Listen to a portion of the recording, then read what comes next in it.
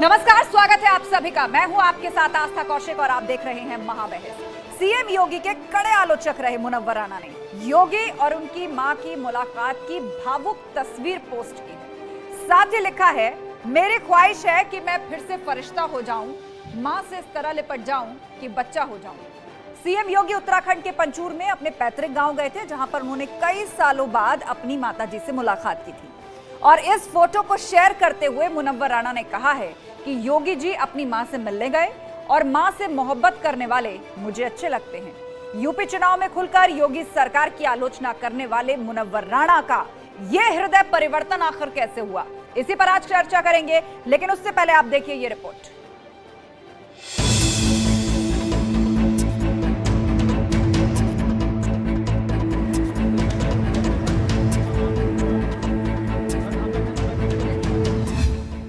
मुनव्वर को योगी पर प्यार आया है।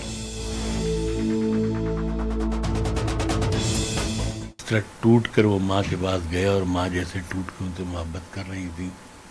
पहले तो मुझे अपनी माँ याद आई, फिर उसके बाद मुझे याद आया कि शायद जो मेरी लिखी हुई शायरी की किताब माँ मैंने योगी जी को दी थी, शायद उससे माँ से मिलने से पहले उन्होंने पढ़ी हो, या वो वापस आने के बाद वो ज़रूर पढ़ेंगे कि एक दीवाना सा पागल सा शायर माँ से मोहब्बत करने वालों से कितनी मोहब्बत करता है। मुनव्वर का हृदय परिवर्तन। मैं कलकत्ता शिफ्ट करने के लिए मैंने सोचा भी था, तैयारी भी की थी, लेकिन चूंकि मैं बिल्कुल अकेला पड़ रहा था। डायलिसिस के सहारे जीने वाला आदमी जो है वो बगैर सहारे की जी नहीं सकता। पहले योगी से खफा कि वो तो अच्छा हुआ शमशीर जनी आती थी, वरना दुश्मन हमें जिंदा नहीं रहने देता। तो 5 साल में तो हम बच गए, लेकिन अगले 5 साल में अगर योगी जी आ जाएंगे तो हम जिंदा नहीं बचेंगे। अब मांग रहे दुआ। मुनव्वर के कैसे बदले तेवर।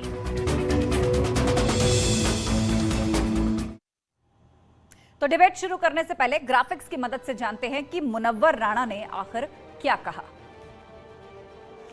मुनव्वर का हृदय परिवर्तन आखिर क्यों हो गया, इस पर हम चर्चा करेंगे। लेकिन देखिए, इस बार मुनव्वर राणा ने क्या कहा है, मां से इस तरह लिपट जाऊं कि बच्चा हो जाऊं। ये कह रहे हैं शायर मुनव्वर राणा। योगी जी अपनी मां से मिलने गए, मां से मोहब्बत करने वाले मुझे अच्छे लगते हैं। ये अब मुनव्वर राणा कह रहे हैं।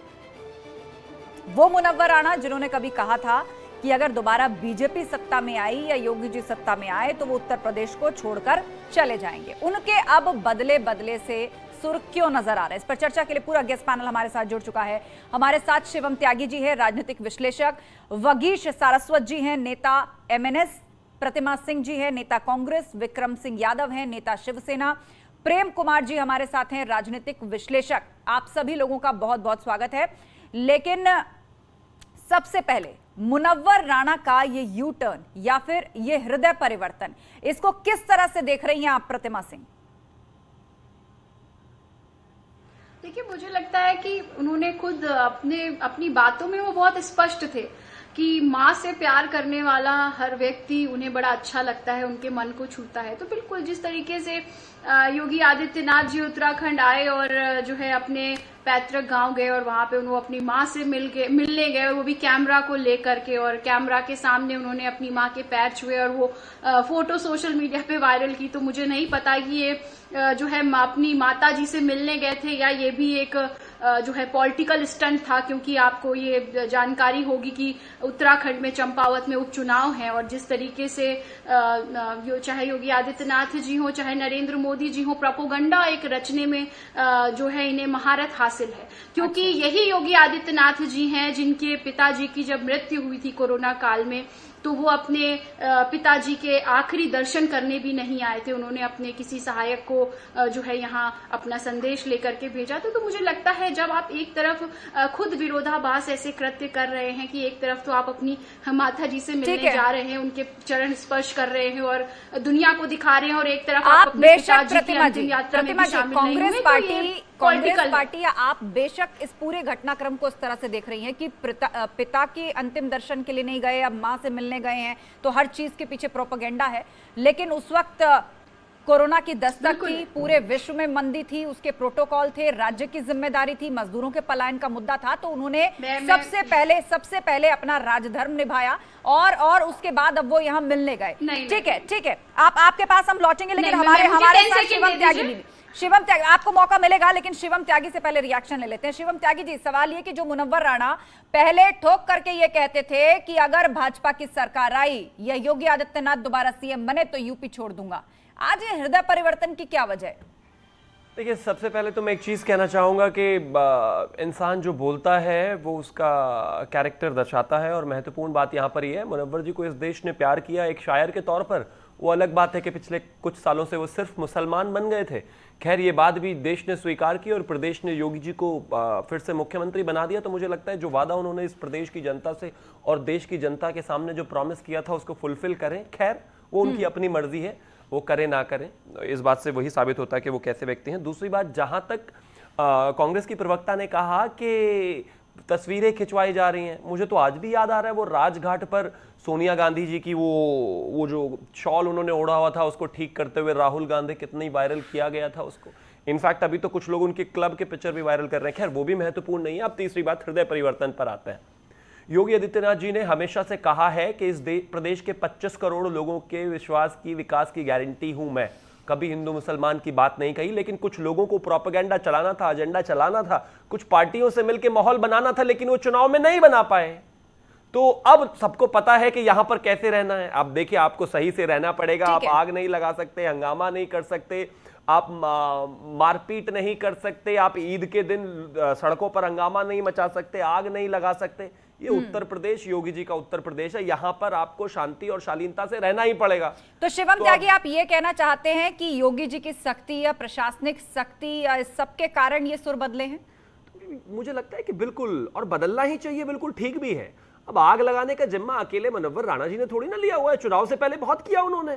अब खत्म हो गई बात, मुझे लगता है तो अब तो करना ही चाहिए और बाकी सबको भी करना चाहिए। लेकिन बेहतर है ये सुर बदल गए, समय से बदल गए, नहीं तो उनके खिलाफ भी अगर ऐसा कुछ होता तो एक्शन लिया जाता। ठीक है, प्रेम कुमार जी हमारे साथ हैं, राजनीतिक विश्लेषक। प्रेम कुमार जी, आप इस घटना को किस तरह देख रहे हैं? देखिए, मुनव्वर राणा जी ऐसे शायर हैं जिनकी लिखी हुई जो भी बात है वो हर काल में, चाहे आज के संदर्भ में हम देख रहे हो, बाद में भी वो सही नजर आती है और इसीलिए वो रचना महान होती है। और जो भी बातें राजनीतिक रूप से कही गई वो रचनाओं में नहीं कही गई, वो रचना से बाहर उन्होंने अपने विचार रखे। उनके बेटे के साथ जो व्यवहार हुआ, उनकी बेटी के साथ जो व्यवहार हुआ, या जो राजनीतिक समझ वो रखते थे उसको उन्होंने रखा। तो राजनीतिक समझ रखना और शेर और शायरी करना या एक साहित्यकार होना दोनों अलग अलग चीजें हैं। साहित्य हमेशा समाज का दर्पण रहा है।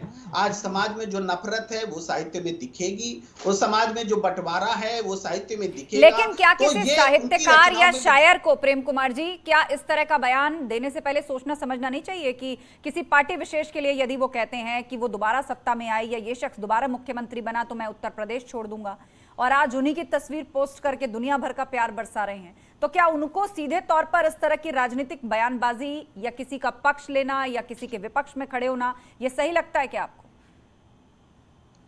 देखिए, शायर हमेशा जो है उसकी रचनाओं में अतिरेक होता है। जब आप कहते हैं हम चांद तोड़ कर ले आएंगे, तो वाकई चांद तोड़कर हम नहीं लाते हैं।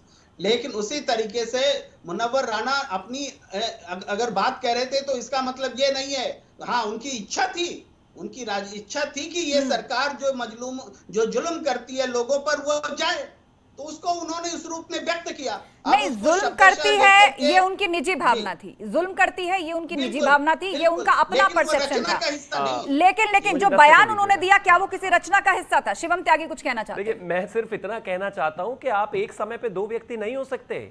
अभी मुझे सूट करता है प्रेम कुमार होना तो मैं प्रेम कुमार हूं, कल मैं परवेज आलम के नाम से बैठूंगा जी न्यूज चैनल पे, ऐसे थोड़ी ना होता है। अभी मैं शायर हूं, थोड़ी देर बाद मैं मुसलमान बन जाऊंगा। मैं अभी भी कह रहा हूं आपको, वो अच्छे शायर थे, उनकी माँ की कविता मैंने भी सुनी है, मुझे भी पसंद आई, इस देश में सबको पसंद आई। किसी ने उनके नाम के पीछे ये मुनव्वर राणा खान ये सब नहीं देखा था। लेकिन जैसे ही कानून व्यवस्था की बात आई वो तुरंत खान और मुसलमान बन गए। तो गलती वहां थी। और ऐसा नहीं हो सकता कि वो एक दिन मुसलमान है, अगले दिन शायर है, तीसरे दिन मां का प्यार करने वाला हर एक व्यक्ति उनको पसंद आता है। व्यक्ति एक ही है ना, तो अल्टीमेटली जो उनकी लाइन होगी वही होगी। हाँ, ये मान लीजिए अब कि बदल गए हैं वो डर से या किसी भी चीज से, वो बेहतर है।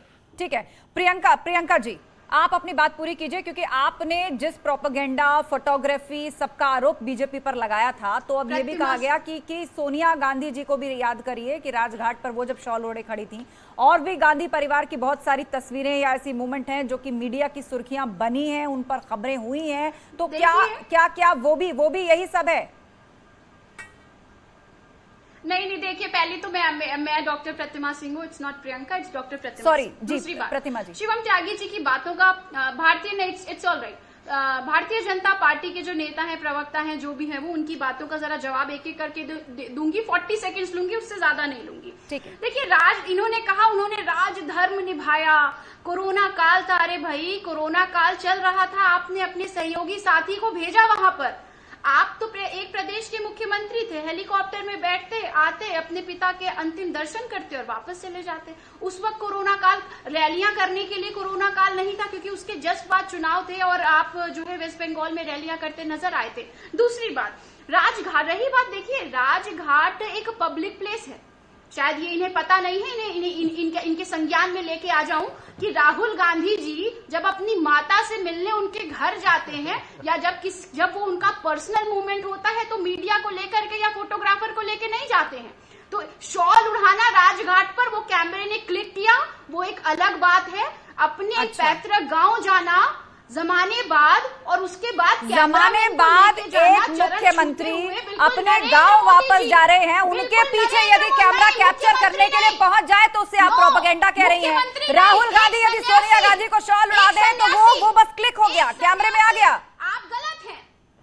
अच्छा, 10 सेकेंड उसके बाद शिवम। एक योगी, बिल्कुल एक योगी और एक सन्यासी गया।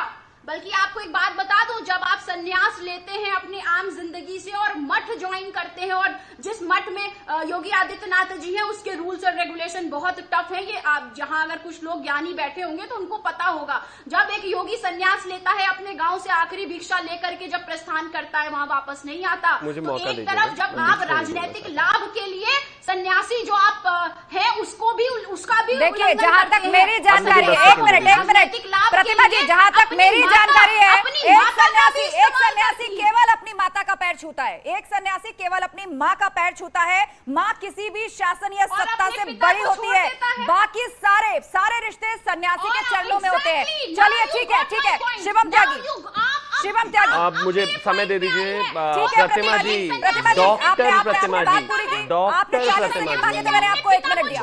दोबारा मैं आपके पास लौटूंगी, लेकिन उससे पहले शिवम त्यागी। डॉक्टर प्रतिमा जी, रुक जाइए। आपका नाम शिवम त्यागी नहीं है। प्रतिमा जी, आपका नाम शिवम त्यागी नहीं है। मैं आपके ऊपर नहीं बोलना चाहता इस बात का। कोई क्या हो गया इनको? बोले दीजिए दूसरे पैनलिस्ट को। मैं सिर्फ इतना कहना चाहता हूं कि देखिए, एक पार्टी जिनके अध्यक्ष, कथित अध्यक्ष, महीने में 25 दिन बाहर रहते हैं। इस देश के गृह मंत्री ने ऑफिशियल डेटा दिया था कि राहुल गांधी 2020, 21 और 19 में हर साल कम से कम 65 बार बाहर जाते हैं। इसका मतलब हुआ महीने में। ये बीच में क्यों चिल्ला रही है? मैं आपसे रिक्वेस्ट कर रहा हूं, आप मुझे मौका दे दीजिए, मैं चिल्ला सकता हूं। डेटा रखने दीजिए। प्रतिमा जी, आप इस तरह दूसरे पैनलिस्ट के बीच में बोलेंगे तो फिर सभी यही करेंगे, मुझे कोई फर्क नहीं, सभी यही करेंगे। और मुझे लगता है कि जितने पैनलिस्ट यहाँ पर हमारे साथ हैं, चिल्लाने में शायद सभी की ट्रेनिंग होगी। ठीक है प्रतिमा जी, आपको काउंटर करने का मौका मिलेगा।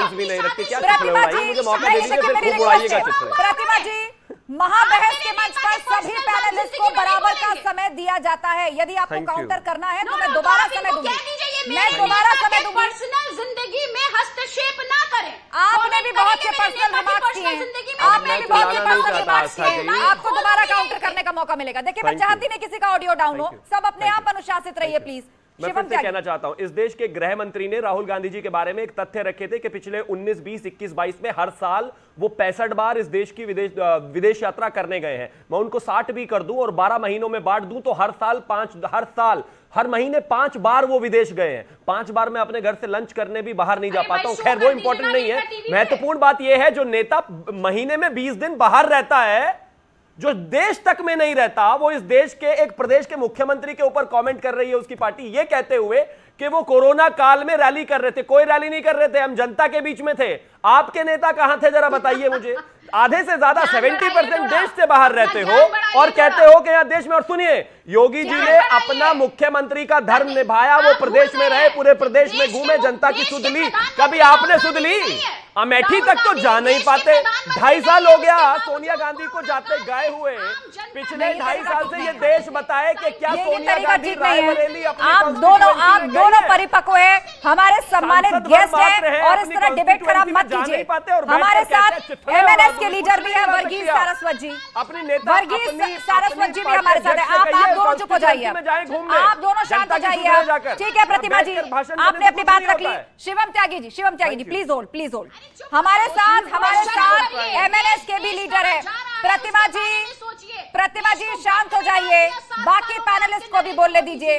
इस वक्त सिर्फ एमएनएस लीडर वर्गीज सारस्वत जी की आवाज जाएगी। परिवारवाद नहीं है, राहुल गांधी आगे सबको मौका मिलेगा। सिर्फ इस वक्त वर्गीज सारस्वत जी की आवाज जाएगी। पीसीआर मैनेज करिए ऑडियो। इस तरह से डिबेट नहीं होती। वर्गीज सारस्वत जी, आप पूरे विषय को समझ रहे हैं, सभी पैनलिस्ट की बात भी आप सुन रहे हैं। मुनव्वर राणा का ये अचानक हृदय परिवर्तन या यू टर्न आप किस तरह देख रहे हैं? खोल दो। जी वर्गीज जी, आवाज आ रही है हमारी आपको?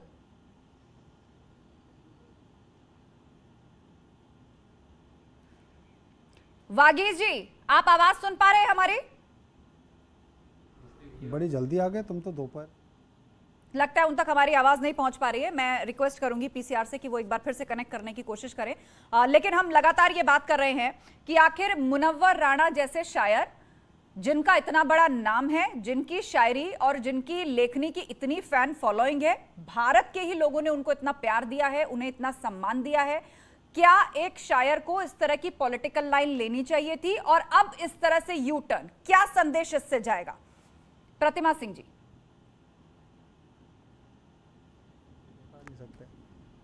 क्या है, अभी मैं भारतीय जनता पार्टी की प्रवक्ता की बात का जवाब दे रही थी कि शायद किसी और पैनलिस्ट को बोलना था। देखिए, इन्होंने बड़े आपके चैनल पे बैठ करके एक धमकी भरा स्टेटमेंट दिया है। इन्होंने कहा है सही से रहना पड़ेगा योगी जी के उत्तर प्रदेश में। समय से बदल गए राणा जी, अगर समय से नहीं बदलते तो उनके साथ, उनके खिलाफ भी ऐसा कुछ हो जाता। अरे भाई बता दीजिए कि ऐसा कुछ हो जाता। बुलडोजर चलवा देते, बिना किसी गलती के बुलडोजर चलवा देते। एक नेशनल टेलीविजन पे बैठ करके एक शायर को, एक उत्तर प्रदेश के एक मशहूर शायर को, जो देश के मशहूर शायर है, उनको आप धमकी दे रहे हैं। धमकी आप एक कौम को दे रहे हैं, धमकी आप अल्पसंख्यक समाज को दे रहे हैं। और सिर्फ 2 लाइनों में आपकी बात का जवाब दे दूं, त्यागी जी थोड़ा शर्म किया करिए बोलने से पहले, कि सबका खून शामिल है इस देश की मिट्टी में। हिंदुस्तान किसी के बाप का थोड़ी है, तो ये हिंदुस्तान है, ये हिंदू मुस्लिम सिख ईसाई अब ये देखिए हिपोक्रेसी, मुझे मौका मिलेगा, अब मैं बीच में नहीं बोलना चाहता। ये सुनिए, ये थ्रेट किसी और को देना है ना। सुनिए, आप इतना नॉन स्टॉप नहीं बोल सकती है। ये राहुल गांधी की पार्टी नहीं है कि आजीवन वही अध्यक्ष रहेंगे। क्योंकि मेरा नाम राहुल गांधी है, मैं ही अध्यक्ष रहूंगा, मेरी माता जी अध्यक्ष रहेंगी, मेरी बहन रहेंगी, मेरे जीजा जी रहेंगे। ये पब्लिक मंच है, सब बोलेंगे यहाँ पर, आप अकेली नहीं बोलेंगे। अब सुनिए, आप अगर मुनव्वर राणा मुस्लिम है और वो कुछ गलत करते हैं तो हाँ, उनके खिलाफ एक्शन होगा। अभी तो वो शायर थे, अभी थोड़ी देर बाद वो अल्पसंख्यक हो गए, थोड़ी देर बाद वो उन्होंने बहुत ही विक्टिम हो जाएंगे। ये क्रेडिट कार्ड डेबिट कार्ड के जमाने में विक्टिम कार्ड मत निकालिए। कोई अल्पसंख्यक है तो क्या करें, बख्श दे उनको। अगर कोई गलत काम करेंगे तो छोड़ दे उनको, नहीं छोड़ेंगे हम। ये कांग्रेस की सरकार नहीं है ना, यह दफ्तर है कांग्रेस का। देखिए, कोई धमकी नहीं है। शिवम अगर त्यागी, कोई गलत प्रतिमा करेगा, सिंह, लॉ एंड ऑर्डर के शिवम खिलाफ त्यागी, जाएगा, कानून प्रतिमा सिंह, व्यवस्था भंग करेगा, प्रदेश में दंगा आप इस तरफ फैलाएगा मत तो लड़िए। उसके खिलाफ कार्रवाई की आप जाएगी। पैनलिस्ट हैं और आपको ये खुद ये बात मालूम होगी कि एक साथ 2-3 लोग बोलेंगे तो किसी की आवाज साफ नहीं आस्था जाएगी। जी, आप उनको रोक दीजिए ना, मैं उनके बारे में प्रतिमा जी, आपने अपनी बात पूरी कर ली, आपने जवाब दे दिया। अब आप शिवम त्यागी, जवाब दीजिए। Thank you. मैं बड़ी शालीनता से कहना चाहता हूं आस्था जी, इस प्रदेश में चाहे मुनव्वर राणा हो, चाहे शिवम त्यागी हो, चाहे प्रेम कुमार हो, अगर कोई भी व्यक्ति व्यवस्था, लॉ एंड ऑर्डर, कानून के खिलाफ जाएगा, दंगा भड़काएगा, कोई भी दंगा वाला माहौल बनाएगा, किसी को परेशान करेगा, तो उसके खिलाफ कार्रवाई की जाएगी। वो चाहे अल्पसंख्यक मुसलमान हो, चाहे शायर हो, चाहे कोई भी हो। तो मैं इस लिहाज से कह रहा हूं, बेहतर है कि उन्होंने जिस तरह की चीजें उनकी बेटियों ने पिछले समय में की, उन पर कार्रवाई की गई।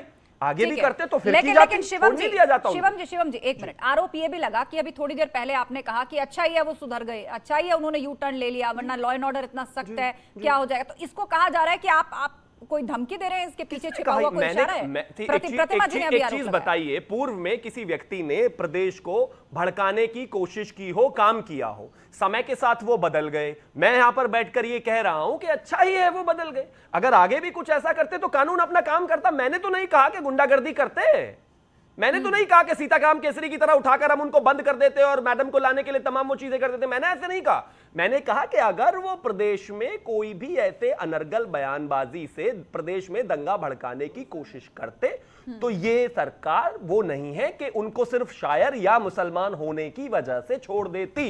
अच्छा ही है वो बदल गए। ठीक है, हमारे साथ वागीश सारस्वत जी भी जुड़ गए हैं, मनसे के लीडर है। बहुत स्वागत है न्यूज़ 18 पर वागीश जी आपका। इससे पहले ऑडियो शायद आप तक नहीं पहुंच रहा था, और आपको बता दें कि महाबहस में अब से थोड़ी देर बाद राज ठाकरे ने जो अयोध्या आने की बात कही है उस पर भी हम डिबेट करेंगे, उस पर भी हम चर्चा करेंगे। लेकिन उससे पहले वागीश जी, मुनव्वर राणा ने जो अचानक सुर बदले हैं उसका क्या कारण आप देख पा रहे हैं? क्या डर गए हैं मुनव्वर राणा? क्या वो सुधर गए हैं? उन्होंने पूर्व में कहा था कि यदि भाजपा दोबारा यूपी में आई या योगी दोबारा सीएम बने तो मैं उत्तर प्रदेश छोड़ दूंगा, और आज वो उनकी माताजी से मुलाकात पर प्यार, दुलार, शायरियां, कविताएं बरसा रहे हैं।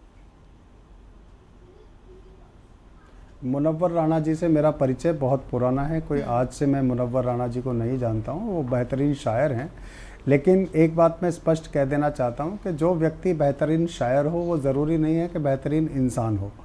और जब एक शायर हुए हैं जिन्होंने लिखा था सारे जहाँ से अच्छा हिंदुस्तान हमारा, ऐसी शायरी लिखने वाला शायर हिंदुस्तान और पाकिस्तान का बंटवारा होते ही पाकिस्तान चला गया।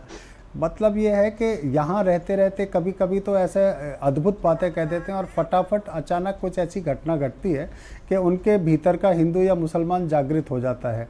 एक शायर को कम से कम इन तमाम चीज़ों से बचना चाहिए था।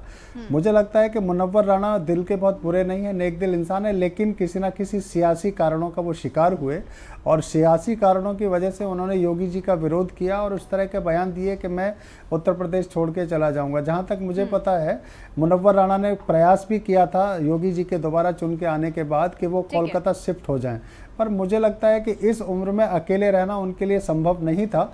और अब अगर योगी जी की माता जी से उनका मिलना उनको इस बात के लिए सहमत करता है कि वो योगी जी को प्यार करते हैं और कर सकते हैं, तो इससे बढ़िया स्वागत योग्य बात कोई हो नहीं सकती। उनका हृदय परिवर्तन हुआ है तो उसका स्वागत करना चाहिए। हमें उनको दुत्कारने से कुछ नहीं मिलने वाला है। एक अजीम शायर हैं, उनका सम्मान करें तो बेहतर होगा। ठीक है, हमारे साथ इस वक्त विक्रम सिंह जी भी जुड़ गए हैं, शिवसेना के नेता हैं, और चर्चा को हम आगे बढ़ा रहे हैं। बात कर रहे हैं आज की दूसरी बड़ी खबर की। बीजेपी सांसद बृजभूषण शरण सिंह ने एमएनएस प्रमुख राज ठाकरे को चुनौती दे डाली है। सांसद बृजभूषण शरण सिंह ने कहा है कि उत्तर भारतीयों को अपमानित करने वाले राज ठाकरे को अयोध्या की सीमा में घुसने नहीं देंगे। सीएम योगी से भी यही गुजारिश की है कि पहले राज ठाकरे उत्तर भारतीयों से माफी मांगे, तभी उन्हें अयोध्या में आने दें। बीजेपी सांसद का साफ कहना है कि राज ठाकरे अयोध्या तभी आएंगे जब वो माफी मांगेंगे, माफी मांगे बगैर आएंगे तो घुसने नहीं दूंगा। उत्तर भारतीयों को रावण से ज्यादा परेशान किया गया है। राम मंदिर आंदोलन से ठाकरे परिवार का लेना देना नहीं है। इसी पर हम चर्चा करेंगे, लेकिन उससे पहले एक ब्रीफ रिपोर्ट आप देखिए।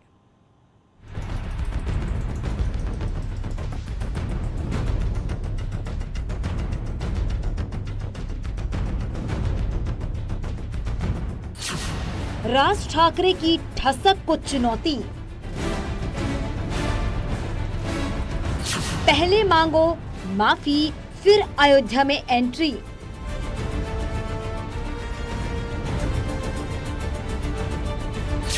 बीजेपी सांसद ब्रजभूषण शरण बोले, अयोध्या में घुसने नहीं दूंगा।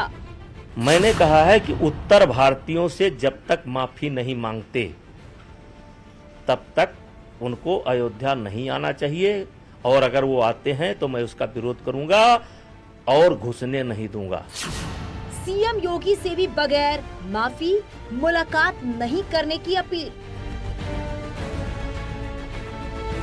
मेरी सलाह है, ये व्यक्ति उत्तर भारतीयों को रावण ने जितना दंड नहीं दिया था उतना दिया है इसने। रावण से ज्यादा दंड दिया है। इतना अत्याचार तो रावण ने नहीं किया था। तो ऐसे व्यक्ति से क्यों मिले जब तक वो माफी नहीं मांगते। राम मंदिर आंदोलन में ठाकरे परिवार का नहीं कोई योगदान। भगवान राम सबके, भगवान राम केवल भारतीय जनता पार्टी और भारतीय जनता पार्टी के माननीय सांसद के नहीं है। भगवान राम में सबकी आस्था है। राज ठाकरे को महाराष्ट्र में आगे करके लाउड स्पीकर हिंदू मुसलमान कीर्तन भजन आजान पे राजनीति कराते हैं, और उत्तर प्रदेश में जब वही राज ठाकरे आने को कहते हैं तो उनका विरोध करते हैं कि उत्तर भारतीयों का राज ठाकरे विरोध करते हैं। यही भारतीय जनता पार्टी का असली चेहरा है।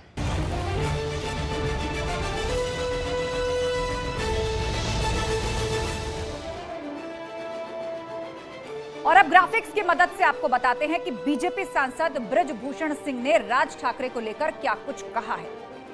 उन्होंने कहा है, अयोध्या तभी आएंगे जब माफी मांगेंगे। माफी मांगे बगैर आएंगे तो उन्हें घुसने नहीं दूंगा। उत्तर भारतीयों को रावण से ज्यादा परेशान किया है। ब्रजभूषण शरण सिंह ये बात कह रहे हैं। राम मंदिर आंदोलन से ठाकरे परिवार का कोई लेना देना नहीं है। राज ठाकरे ने उत्तर भारतीयों को प्रताड़ित किया था। मुझे 2008 से इस बात का दर्द और पीड़ा रही है। भगवान राम भी उत्तर भारतीय थे। माफी मांगने के लिए कहना मेरी व्यक्तिगत मांग है। मतलब उन्होंने पहले ही स्पष्ट कर दिया है कि पार्टी की लाइन नहीं है, ये उनकी निजी सोच है। पूरा गेस्ट पैनल हमारे साथ जुड़ा हुआ है, लेकिन सबसे पहले हम रिएक्शन लेंगे क्योंकि हमारे साथ अभी अभी शिवसेना से विक्रम सिंह जी जुड़े हैं। विक्रम सिंह जी, आपका क्या रिएक्शन है? सबसे पहले तो राज ठाकरे ने यह इच्छा व्यक्त की कि वो अयोध्या आएंगे, लेकिन अभी से ही उसका विरोध शुरू हो गया है। भाजपा सांसद कह रहे हैं कि पहले उत्तर भारतीयों से माफी मांगे वरना घुसने नहीं दिया जाएगा। देखिए जी, ये बीजेपी का एक स्टंट है, क्योंकि बीजेपी ने राज ठाकरे को आगे कर दिया। अब वो किस मुंह से यहाँ पे घुसे? तो ये अपने नेता से ऐसा बयान दिलवाना, मतलब ताकि उत्तर भारतीयों का कलेजा किसी तरह ठंडा करने वाली बात है। कैसे कोई भूल सकता है किस प्रकार से उत्तर भारतीयों को एक राज ठाकरे के गुंडों ने मारा, ये इस तरीके से सड़कों पर जो गुंडागर्दी करी, आप इसको नेता बोलते हैं? मैं राज ठाकरे नहीं, लेकिन विक्रम जी, ये आरोप तो शिवसेना पर भी लगे। गुंडा है, उत्तर भारतीय है या वहां से जो लेबर काम करने के लिए आते हैं, ये आरोप तो शिवसेना पर भी लगे हैं।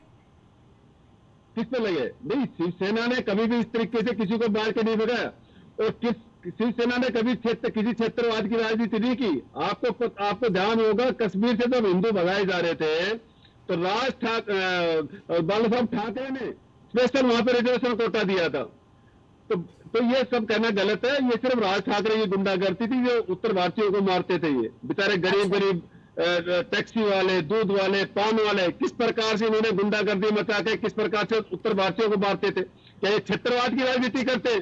क्या ये सीरिया है जो एक ही समुदाय के आपस में लोग मारते? लेकिन विक्रम जी, जिस क्षेत्रवाद का मुद्दा आप उठा रहे हैं, जिस क्षेत्रवाद की बात आप कर जिस क्षेत्रवाद की बात आप कर रहे हैं और सारा पूरा का पूरा उसका ब्लेम मनसे के ऊपर डाल रहे हैं, उस क्षेत्रवाद का आरोप तो आप पर भी लगता है। आमची मुंबई, मराठी मानुष, ये तो हमेशा से ही आपके बातों में सबसे ऊपर रहा है ना।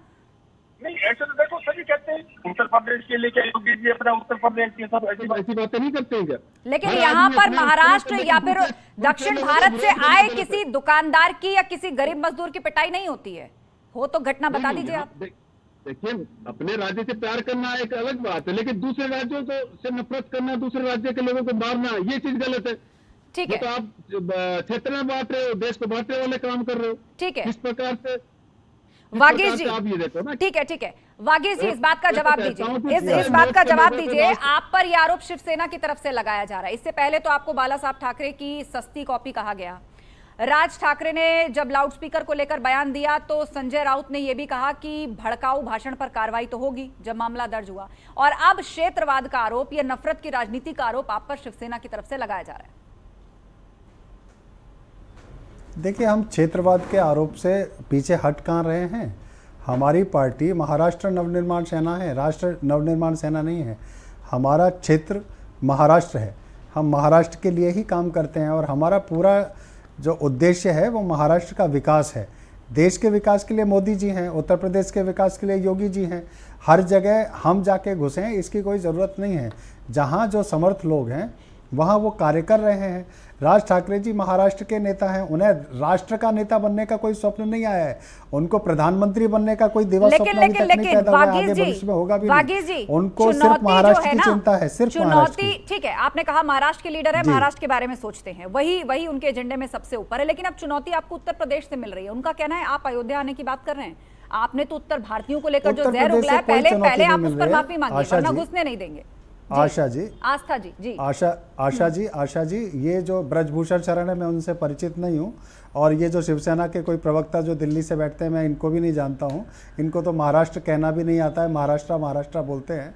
तो मैं सिर्फ इतनी सी बात कह रहा हूँ कि जब से महाराष्ट्र नवनिर्माण सेना का गठन हुआ है तब से, एक बार मुझे बोलने दीजिए, इसको जरा चुप कीजिए, एक मिनट, ये लाउड स्पीकर को जरा चुप कीजिए। आशा जी, एक minute, Asha ji loud speaker को जरा चुप कीजिए, मुझे अपनी बात पूरी करनी है। देखिए विक्रम जी, एक बार जवाब सुन लीजिए, आपको दोबारा बोलने का मौका मिलेगा। विक्रम जी आपको दोबारा बोलने का मौका मिलेगा। आपने सवाल उठाया, उसका जवाब वागीश जी से ले लीजिए। मस्जिद के लाउड स्पीकर को बंद कराइए। एक मिनट सर, ऐसी भाषा आशा का जी, उपयोग मत करिए। मस्जिद के लाउड स्पीकर को बंद कराइए, ऐसी भाषा का उपयोग मत कीजिए, बात अवैध रूप कीजिए से बज रहा है। वागीश जी, हाँ, तो मैं ये कह रहा था कि जब से महाराष्ट्र नवनिर्माण सेना का स्थापना हुई है तब से मैं महाराष्ट्र नवनिर्माण सेना के साथ जुड़ा हूँ। पहले मेरे पास उपाध्यक्ष की जिम्मेदारी थी, प्रवक्ता बना, आज मैं पार्टी का महासचिव हूँ। मेरा जन्म उत्तर प्रदेश में हुआ है, शुद्ध रूप से उत्तर भारतीय हूँ, यूपी का हूँ, यूपी का पढ़ा लिखा हूँ, आगरा यूनिवर्सिटी की एमए की डिग्री है मेरे पास। मैं उत्तर भारतीय हूँ और राज ठाकरे जी ने मुझसे तो कभी नफरत नहीं की, और मुझ जैसे सैकड़ों हजारों कार्यकर्ता महाराष्ट्र नवनिर्माण सेना के साथ जुड़े हैं। मुद्दा सिर्फ यह है कि जो महाराष्ट्र में पैदा हुए हैं, जो महाराष्ट्र के भूमि पुत्र हैं, उन्हें प्राथमिकता मिली जाए। जब पहली बार राज ठाकरे जी ने आंदोलन किया था रेलवे के विरोध में, तब वो शिवसेना में थे, तब तक महाराष्ट्र नवनिर्माण सेना का गठन नहीं हुआ था। और जिस शिवसेना का ये प्रवक्ता होने की दावा करते हैं विक्रम सिंह, उस शिवसेना में थे जब कल्याण का आंदोलन हुआ था। तो ये आंदोलन कैसे भूल जाते हैं। बाला साहब ठाकरे ने तब राज ठाकरे जी का समर्थन किया, तब उनको स्वीकार किया। दूसरी बात एक और मैं बात बता दूं आशा जी, कि जब मुख्यमंत्री आदित्यनाथ अयोध्या दौरे के लिए स्वीकृति दे चुके हैं, स्वागत करने की बात कह चुके हैं, तब ये अचानक से कोई नया व्यक्ति आता है, एक सांसद खड़ा होता है और वो विरोध करने की बात करता है, तो निश्चित तौर पे इसके पीछे कोई षड्यंत्र है, कोई शह है जो इसको उकसा रहा है। इसको नहीं पता कि ऊपर से मोदी जी की तरफ से, योगी जी की तरफ से हरी झंडी मिल चुकी है, अयोध्या आने का स्वागत हो चुका है, योगी जी से बात हो चुकी है, भारत सरकार ने रेलें देने के हमको वादा कर दिया, हमें ट्रेन मिल रही हैं, तो ये कैसे हमें रोक पाएंगे। ठीक है शिवम त्यागी जी, इसको साजिश या षड्यंत्र कहा जा रहा है, या फिर यह भी कहा जा रहा है कि क्या ये सोची समझी रणनीति का हिस्सा है? मुख्यमंत्री योगी आदित्यनाथ ने भी समय दे दिया है, अयोध्या आने पर कोई प्रशासनिक अड़चन नहीं है, लेकिन एक सांसद की तरफ से, भाजपा के सांसद की तरफ से कहना कि पहले उत्तर भारतीयों से माफी मांगे वरना एंट्री नहीं।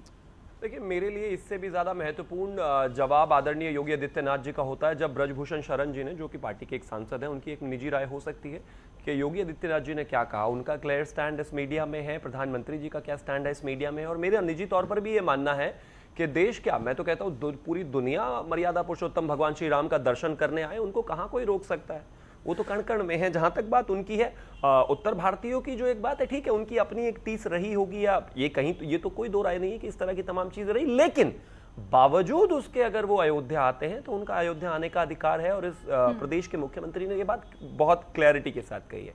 जहां तक राजनीति की बात है, मेरा मानना है कि राजनीति तो अभी इस समय उत्तर प्रदेश में मुझे नहीं लगता कोई चुनाव है, कोई किसी तरह का माहौल है। प्रदेश की जनता को सर्व करना प्रदेश के मुख्यमंत्री का अधिकार है, जो कि चल रहा है। सभी मसलों पर बहुत शांति के साथ चीजें चल रही हैं। अब जिस तरीके से लाउड स्पीकर पर उत्तर प्रदेश की सरकार ने अपना स्टैंड रखा और चीजों को क्लियर किया, वो बेहद शानदार था। राज ठाकरे साहब अगर आना चाहते हैं और दर्शन करना चाहते हैं रामलला के, तो मुझे लगता है इस देश के 140 करोड़ और दुनिया के जितने भी लोग हैं 750 करोड़ या 8.5 बिलियन, उन सब का अधिकार है, वो दर्शन कर सकते हैं। ठीक है, प्रेम कुमार जी आपका क्या मत है? देखिए आस्था जी, इस देश में ऐसा लगता है कि कानून नाम की कोई चीज ही नहीं है। जिसको जिस जैसे मन में आ रहा है धमकी दे रहा है। राज ठाकरे अलग राग अलाप रहे हैं, वो अपना कानून खुद ही बनाना चाहते हैं कि कोई मस्जिद में नमाज पढ़ेगा तो हम जाकर के वहाँ हनुमान चालीसा पढ़ेंगे। यहाँ पे त्यागी जी बैठे हुए हैं, वो भी कह रहे हैं कि अश्विनी राणा को ऐसे कर देंगे वैसे कर देंगे अगर वो नहीं बदले। जिसको देखिए वही जो है कानून को हाथ में लेने की बात कर रहा है।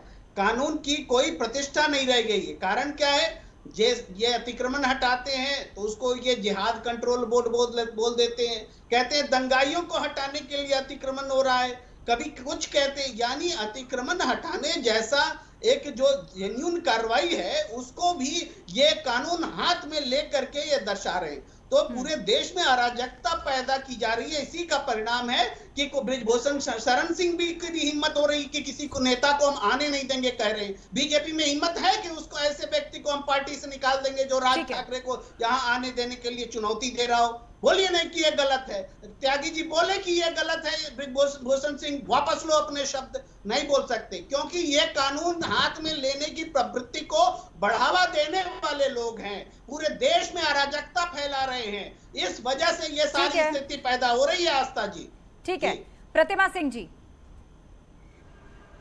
जी जी देखिए, मुझे लगता है कि बड़ा अजीब सी स्थिति है। एक तरफ राज ठाकरे जी जो है महाराष्ट्र में जिस तरीके से समाज को बांटने का कार्य कर रहे हो, ये किसके निशाने पे कर रहे हैं, ये सबके समक्ष है कि भारतीय जनता पार्टी के मोहरे बनकर के वो महाराष्ट्र में जो लॉ एंड ऑर्डर की सिचुएशन है उसे खराब करने का प्रयास कर रहे हैं। और दूसरी तरफ वो अयोध्या आने की बात करते हैं और भाजपा के ही जो सांसद है वो इस तरीके का बयान देते हैं। तो मुझे लगता है ये और कुछ नहीं है, प्रदेश की जो स्थिति है उसको उस लॉ एंड ऑर्डर जो है उसको बिगाड़ने का प्रयास है। और यहाँ पर भी वो वही करना चाहते हैं जो महाराष्ट्र में कर रहे हैं। अब आप समझिए भाई, आप कौन होते हैं ये बताने वाले कि अयोध्या कौन जाएगा और कौन नहीं जाएगा, या आप कौन होते हैं ये बताने वाले कि राम मंदिर के निर्माण में या राम मंदिर का जो आंदोलन था उसमें किसने कितनी भूमिका निभाई। अरे आपने कितनी भूमिका निभाई, आरएसएस और संघियों ने कितनी भूमिका निभाई। भाई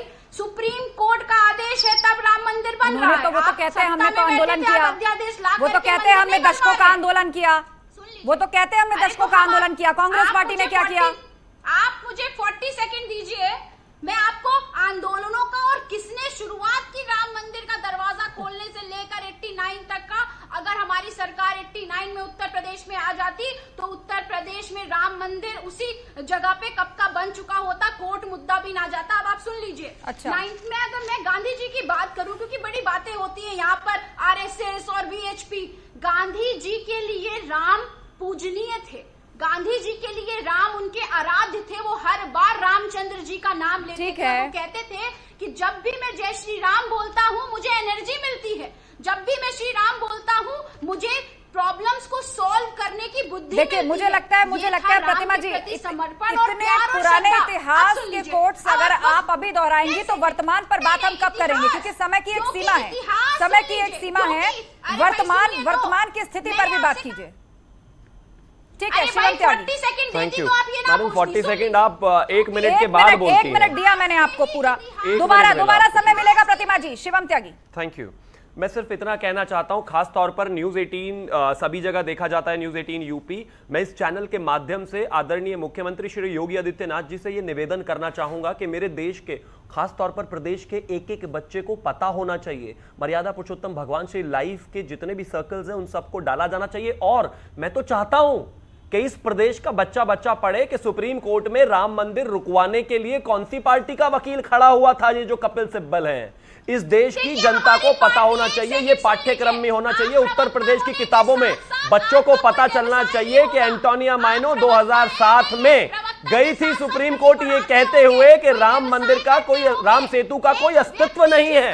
ये लोग पिछले सालों भर से इस देश में इसी तरीके से आग लगाते आए हैं। इस देश के बच्चे बच्चे को किताबों के माध्यम से पता होना चाहिए कि ये राम विरोधी पार्टी वाले लोग जो राम के अस्तित्व को नहीं मानते थे, जो राम मंदिर को रोकने के लिए सुप्रीम कोर्ट जाते थे, जो राम मंदिर के मुद्दे को बहुत दूर रखते थे, उनका नाम पता होना चाहिए, नेम एंड शेम होना चाहिए। आज बड़ा राम राम राम मर्यादा मौका मिलेगा, एक बार बात पूरी होने दीजिए शिवम की। और ये बर्दाश्त क्यों नहीं कर पाते? आस्था जी आप इनको रोकिए ना, मैं बीच में नहीं बोला इनके। प्रतिमा जी आपने कहा था हमारी सरकार होती तो कब का राम मंदिर बन गया होता। अब शिवम का यह कहना है यदि ऐसी बात थी तो आप लोग राम का अस्तित्व नकारने के लिए कोर्ट क्यों गए थे? क्यों राम सेतु के खिलाफ थे? क्यों कपिल सिब्बल साहब या बाकी लोग कह रहे थे कि श्री राम काल्पनिक थे? किसने राम का अस्तित्व नकारा? कौन है? आपने नकारा है। 2007 में सुप्रीम कोर्ट में केंद्र सरकार ने एफिडेविट देकर कहा है कि राम सेतु काल्पनिक है। कैसी बातें कर रही है? गूगल ही कर लीजिए मैडम। कांग्रेस के बारे में नहीं पता इनको, बताइए अपनी सरकार नहीं जानती, सिर्फ और सिर्फ चिल्ला रही है। 2007 में एफिडेविट फाइल है। 2019 में कपिल सिब्बल ने बाकायदा सुप्रीम कोर्ट में जाकर कहा था कि राम मंदिर पर फैसला नहीं आना चाहिए, ये चुनावों को जो है प्रभावित करेगा। शिवम जी रामद्रोही लोग हैं आप। शिवम त्यागी, प्रतिमा सिंह, आप दोनों रुक जाइए, आप दोनों रुक जाइए। विक्रम सिंह जी कुछ कहना चाह रहे हैं, विक्रम सिंह जी कुछ कहना चाह रहे हैं। विक्रम जी देखिए मैं एक चीज कहना चाहता हूँ, जो शिवम त्यागी है ये एक दो बात कहीं से सुनी सुनाई बोल रहे हैं। मुझे ये बताओ राम मंदिर का ताला किसने खोला था? और ये अभी बोल रहे हैं कि वे दंगा भड़काने वालों के खिलाफ कार्रवाई करेंगे। अरे महाराष्ट्र में और नवनीत राणा दंगा भड़काने वाले काम कर रही थी। मौका दीजिएगा आस्था जी, मैं ऊपर नहीं कूदना चाहता। 21 और मचा रहे थे। ठीक है, जवाब दे दो। मैं आपके चैनल के माध्यम से ये कहना चाहता हूँ कि जिस प्रकार से गड़बड़ी का ये देश में गड़बड़ी फैलाने का ये जो भाजपा वाले कर रहे हैं ये नहीं चलेगा। ये किस प्रकार से राज ठाकरे के साथ मिलकर पर्दे के पीछे जो नोरा कुश्ती का जो खेल चल रहा है ये पूरा देश समझ रहा है इन चीजों को। ठीक है विक्रम जी, ठीक है। और देश कभी माफ नहीं करेगा इनको। ये किस प्रकार से इन्होंने जवाब दे मारे थे। ठीक है शिवम त्यागी, कहा यह जा रहा है कि भाजपा के साथ मिलकर राज ठाकरे की पार्टी नूरा कुश्ती का खेल खेल रही है, नफरत फैलाई जा रही है। गजब का हिपोक्रेसी है। विक्रम सिंह जी आज कांग्रेस के लिए ये कह रहे हैं कि बताइए राम मंदिर का ताला किसने खुलवाया था। अगर अब इनको कहिए ना चुप हो जाए, ये 5 सेकंड भी क्यों बर्दाश्त नहीं कर सकते। विक्रम जी अब ये बीच में दूसरे शुरू हो गए। ये देखिए क्या हो गया भैया, आप सभी लोगों को बराबर का समय मिल रहा है, आप ऐसे क्यों कर रहे हैं? सब लोग अपनी बात पूरी कीजिए, किसी पर कोई रोक नहीं है। Thank you. ये कह रहे हैं कि नवासी में राजीव जी ने ताला खुलवाया था। अरे नवासी में राजीव जी ने खुलवाया था तो राजीव जी के साथ चले जाते ना कांग्रेस में, भारतीय जनता पार्टी के साथ। 2019 तक क्या कर रहे थे आप? फिर से चिल्ला रहे। अब आगे आइए, आज सुनिए, अब ये फिर शुरू हो गए। आस्था जी आप इनको रोकिए, मैं इनके ऊपर चिल्ला सकता हूँ, किसी की आवाज नहीं जाएगी। मैं फिर कह रही हूँ, रिक्वेस्ट कर रही हूँ, मैं किसी का ऑडियो डाउन नहीं करवाना चाहती। ठीक है, मैं किसी का ऑडियो डाउन नहीं कराना चाहती।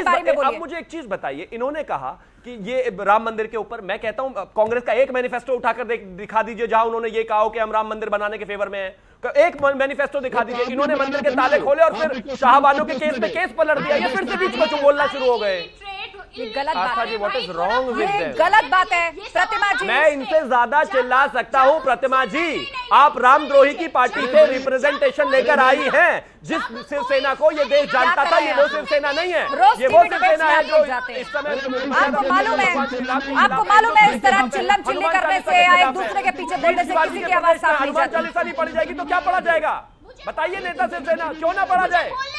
कौन सा लाउड स्पीकर आपने हटा दिया? बताइए प्रतिमा जी, अगर आप दूसरे पैनलिस्ट को नहीं बोलने देंगे तो आपकी बारी में फिर वो पीछे से बोलेंगे। और महाबहस समझिए हल्ला बचाने के लिए नहीं है ना, अपनी अपनी बात रखने के लिए। बार बार चिल्लाइए। अब अगर इतना शौक है बोलिए अपनी अपनी बात। 1.5 मिनट में मुझे शो क्लोज करना है, 1.5 मिनट में मुझे शो क्लोज करना है। और आप लोग इस तरह लड़ रहे हैं मोहल्ले की लड़ाई की तरह। शिवम 10 सेकंड में बात पूरी कीजिए, फिर प्रतिमा जी 10 सेकंड में आप सभी बात पूरी कीजिए। Thank you very much. गुंडे वो होते हैं जो सड़क पर खड़े हुए भारतीय जनता पार्टी के नेता की कार तोड़ देते हैं, उनको चोट मार देते हैं। गुंडे वो होते हैं जो लोगों के घर में घुसकर पत्रकारों को उठाकर जेल में डाल देते हैं। गुंडे वो होते हैं जो सांसद को घर से निकालकर, जिसने हनुमान चालीसा पढ़ी नहीं, उसको निकालते हैं और जेल में डाल देते हैं। गुंडागर्दी इसे कहते हैं। नवनीत राणा घर से भी नहीं निकली थी, वो अपने घर में थी। ठीक है, ठीक है। प्रतिमा सिंह 10 सेकंड, और 10 सेकंड का मतलब 10 सेकंड क्योंकि मुझे शो क्लोज करना है। प्रतिमा सिंह मुझे देखिए, सुन लीजिए, अब आप सुन लीजिए, फिर आप 10 सेकंड काउंट कर लेंगी। सुन लीजिए, देखिए मुझे लगता है अभी मैनिफेस्टो की बात कर रहे थे, अगर थोड़ा ज्ञान अर्जित कर लेते, अंधभक्ति के बजाय तो ये ना कहते जब कोई पल की बात कर रहा हूं मैं, सोनिया गांधी की बात कर रहा हूं मैं, राहुल गांधी की बात कर रहा हूं, जिन्होंने कहता भगवा आतंकवाद होता है, मैं उन्हीं की बात कर रहा हूं, मैं उन्हीं नेताओं की बात कर रहा हूं। राहुल गांधी ने कहा था कि नहीं कहा था कि मंदिर में जो लोग जाते हैं वही रेप करते हैं, बलात्कार करते हैं, कहा था कि नहीं कहा था? कहा नहीं था आपके नेता ने कि भगवा आतंकवाद होता है? दिग्विजय सिंह ने संघ के खिलाफ किताब निकाली थी कि नहीं निकाली थी 6 दिसंबर के बाद? कैसी बातें करते हैं आप? रामद्रोही लोग हैं, ये पार्टी रामद्रोही है। ये पार्टी सिर्फ राम का अपमान करना जानती है। आज ये राम के रखवाले, आज ये राम के भक्त हो गए, अब राम भक्त नहीं है, रोम भक्त है, रोम भक्त। सबका ऑडियो, जिससे सवाल पूछूंगी उसकी ऑडियो जाएगी। वागीश सारस्वत जी, क्योंकि ये पूरा जो विषय है, ये जो पूरा बखेड़ा खड़ा हुआ है, ये मन से यानी राज ठाकरे को लेकर है कि ये अयोध्या आने से पहले वो उत्तर भारतीयों पर दिए गए बयानों पर माफी मांगे। तो क्या अब भी आप लोग अपने उन्हीं बयानों के साथ खड़े जिनको लेकर ये विरोध हो रहा है? चलिए, लगता है उन तक आवाज नहीं पहुंच रही है। प्रेम कुमार जी, यही सवाल आपसे। जी देखिए, ये जो पूरा परिदृश्य है, मैंने पहले भी कहा कि इस देश में अराजकता फैलाई जा रही है और सोच समझकर फैलाई जा रही है। ये जो कहा जा रहा है राम मंदिर को लेकर के जो अभी बात हो रही है, क्या ये सच नहीं है कि राम मंदिर का दूसरी बार शिलान्यास हुआ है? पहले भी एक बार हो चुका है। तो ये क्या ये सच नहीं कि राम मंदिर के शिलान्यास में एक भी शंकराचार्य मौजूद नहीं थे? वो लोग मोहन भागवत जैसे लोग मौजूद थे, उनका क्या योगदान है हिंदू धर्म? अच्छा ठीक है, ये जो पॉइंट उठाया है आपने, मैं चाहूंगी जाते जाते शिवम त्यागी इसका जवाब दे दीजिए, फिर मुझे शो क्लोज करना है। हिंदू अपीजमेंट के लिए वहां पर जो है कपाट खोल दिए और दूसरी बार मुस्लिम अपीजमेंट के लिए शाहबानो का केस पलट दिया। यह आपकी हिपोक्रेसी थी। और दूसरी बात ये, आप कह रहे हैं संघ की क्या भूमिका है? जिन लोगों ने अपनी छाती पर गोलियां खाई वो संघ से ही थे, वो विश्व हिंदू परिषद से ही थे। प्रेम कुमार जी, आप घर में बैठे हुए देख रहे थे, उस वजह से ये वर्डिक्ट आया है आज। जिन लोगों ने अपनी जान दे दी मंदिर के लिए, आप यहां बैठकर कह रहे हैं उन्होंने क्या किया? जिन लोगों का एकमात्र एजेंडा मर्यादा पुरुषोत्तम भगवान श्री राम का मंदिर रहा और वो कभी इस बात से हटे नहीं, आप कह रहे हैं कि उनका क्या योगदान रहा? ये जो मंदिर आप देख रहे हैं ना, और जो अपने बच्चों के साथ दर्शन करने जाएंगे, मेरी शुभकामनाएं आपको। संघ को भी एक बार मानकर जाइएगा कि उनकी बहुत बड़ी भूमिका इसमें रही है, तभी आज इस देश में। ठीक है। आप सभी मेहमानों का बहुत बहुत शुक्रिया इस चर्चा में शामिल होने के लिए। तो बड़ा सवाल यही है कि एक तरफ राज ठाकरे ने कहा है कि वो अयोध्या में रामलला के दर्शन करने जाएंगे, तो वही दूसरी तरफ बीजेपी सांसद ब्रजभूषण ने यह कह दिया कि पहले उत्तर भारतीयों से माफी मांगे, उसके बाद उन्हें घुसने दिया जाएगा। हालांकि साथ में उन्होंने ये भी स्पष्ट किया कि ये उनका निजी बयान है। दूसरी तरफ जितनी प्रशासनिक अनुमतियां होती हैं, मुख्यमंत्री योगी आदित्यनाथ से भी इसकी अनुमति ली जा चुकी है, सभी प्रशासनिक अनुमति भी ली जा चुकी है और राज ठाकरे अब अयोध्या आएंगे। अब देखना यह होगा कि क्या उनके अयोध्या आने पर किसी तरह की कोई और बड़ी बयानबाजी होती है या कोई बड़ा राजनीतिक टकराव देखने को मिलता है। महाबहस में इतना ही। खबरों का सिलसिला जारी है, आप जुड़े रहिए हमारे साथ।